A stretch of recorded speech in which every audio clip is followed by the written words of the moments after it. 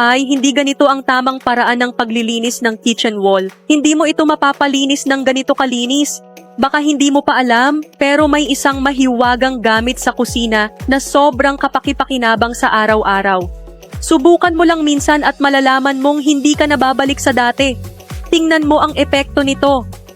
Unang-una, gusto ko lang sabihin, ang video na ito ay fast forward lang, walang edit, walang daya, at hindi ko kailanman ibebenta ang pekeng produkto. Hinding-hindi.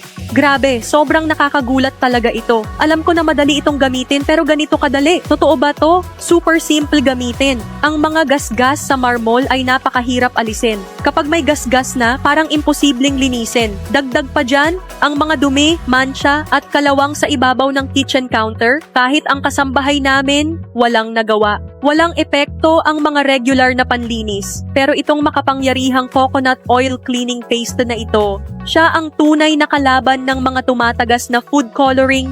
Ginagamit ito para sa mga mansa ng pagkain, lalo na yung kulay dilaw at itim, mga gasgas sa sahig, kalawang na matagal na, at iba pa. Maraming tao ang hindi agad naniwala. Pero pagkatapos subukan, bumili ulit. May taglay itong aktibong sangkap na mabilis nagpapabagsak ng mga matitinding dumi sa ibabaw.